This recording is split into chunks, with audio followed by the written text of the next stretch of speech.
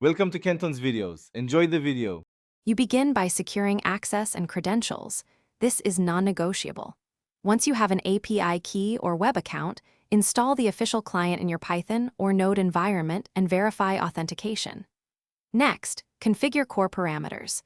Choose Imagen 4 as the model, set image dimensions like 1024 x 1024, and enable safety filters.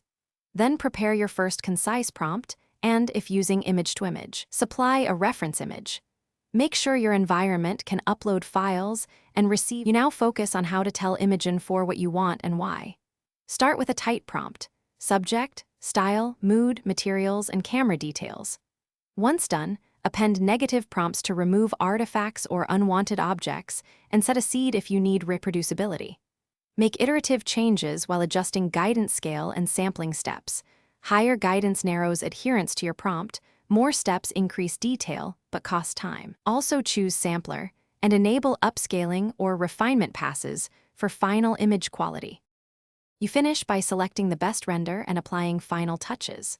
First, review generated variants and request extra passes or higher resolution upscales if needed, then download both original and refined files and perform color correction or minor edits in your preferred editor.